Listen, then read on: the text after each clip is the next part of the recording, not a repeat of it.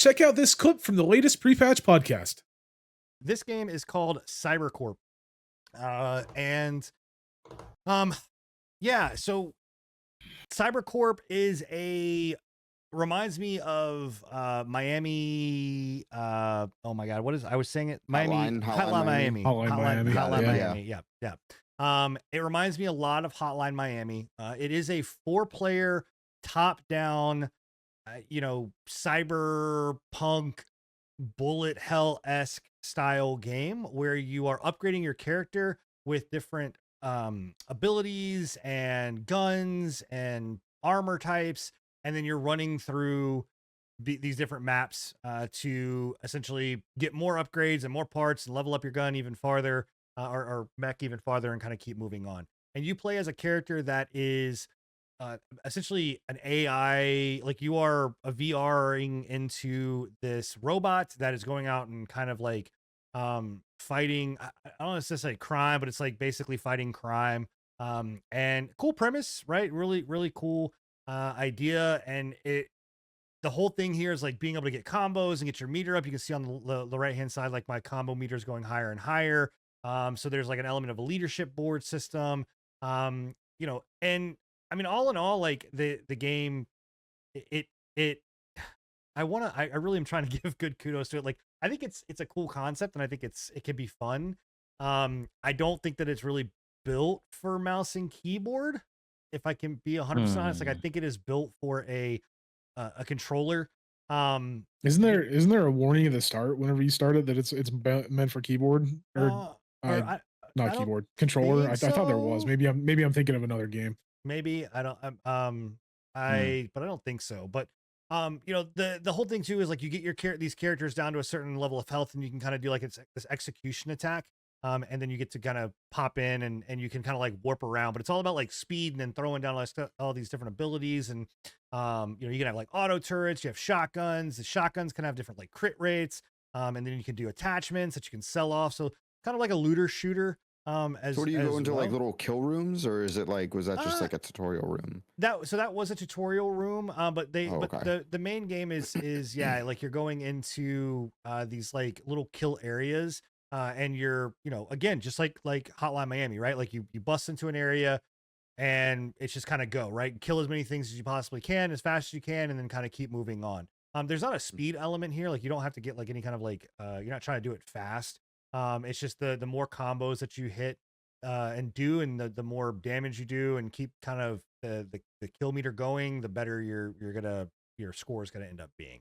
The co-op in this, I think, could be fun, but I also think like there's a lot going on the screen. I'm gonna skip ahead here so that you can kind of see some of like the later stuff, but like there's a lot that kind of goes on the screen all at once, and it becomes a little chaotic. Like it is definitely one of these things where like there's a lot of enemies, a lot of gunfire, a lot of bullets, and so I imagine with 4 people on the screen at once, can be pretty crazy. It could be kind of crazy.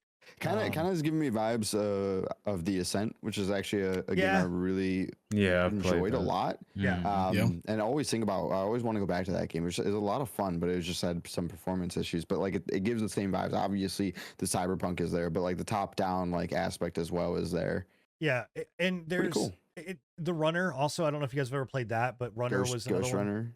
No. It's called Runner or Runner. Yeah, and it's like again very cyberpunk, very in your face, kind of brutal, top down, kind of style like this. But again, I mean, you're kind of seeing the main point of the combat here, where you are shoot, boom, boom, shoot. It also has like an active reload, so it's like that's where I think the game gets messy, because it's just like all of these extra things on top of it, and you're just kind of like trying to fucking sit there and like I'm just trying to survive. I'm just trying to kill things. I'm trying to keep my meter up. But I gotta like reload my gun. Then I gotta and again, I might not be the right audience for it. I'm sure that there is an audience out there that is just like, I love this like action. Like I gotta keep hitting all my like just I don't know, man. I feel like this game is made for someone that has attention deficit disorder and just needs to see like all this shit on the screen constantly and just be hitting buttons left and fucking right, like yeah, it's like a cracked out bullet hell. Yeah, yeah, absolutely. Yeah. Well, they do have in their description for their game, easy to start, hard to master.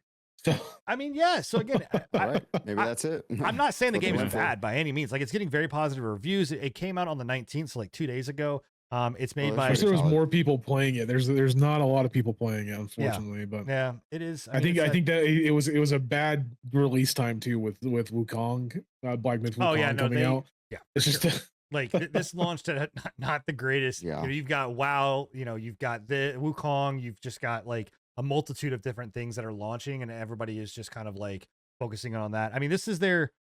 It was good though. I honestly game. like this. This is my style. I would actually probably play this. I might go and pick this up honestly because it does look like. I mean, it's got the cyberpunk everything, all that good stuff. The top down, love it.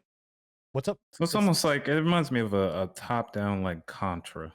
Like you know how that's what it's giving me. Yeah, I mean, I could see that for sure. Well, what'd you say, Scruff? You asked her how much it was. How much it was? Yeah, $13. 13.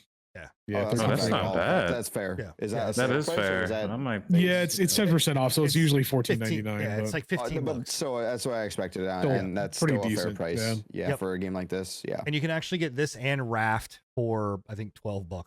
But is like no, Raft people? No, this is this and Raft for no. It is not made by Raft people. This is made by Mega Game. It's a indie developed, indie published game. It's done by one person. It's a singular person that made the game. Crazy, man. You know, so I'm consistently impressed with the fact that we have so many developers out these days, like Vampire Survivors, a bunch of other ones that have come out recently that are literally just one, maybe two developers. Wait, not Raft. It's Survive on Raft. All right.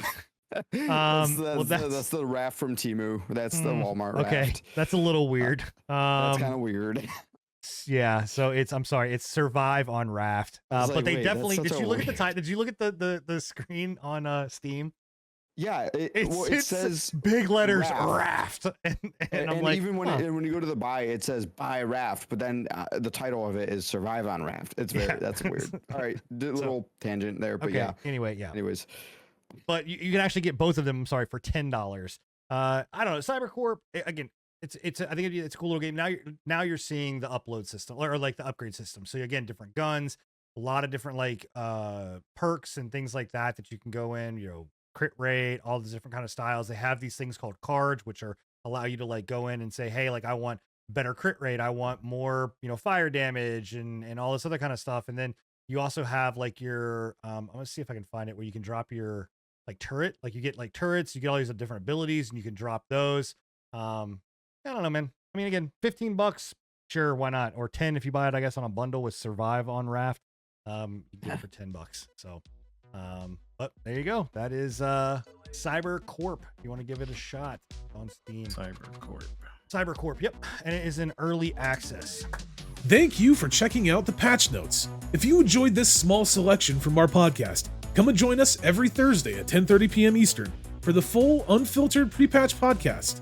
And check out our past shows on anchor.fm/prepatch podcast.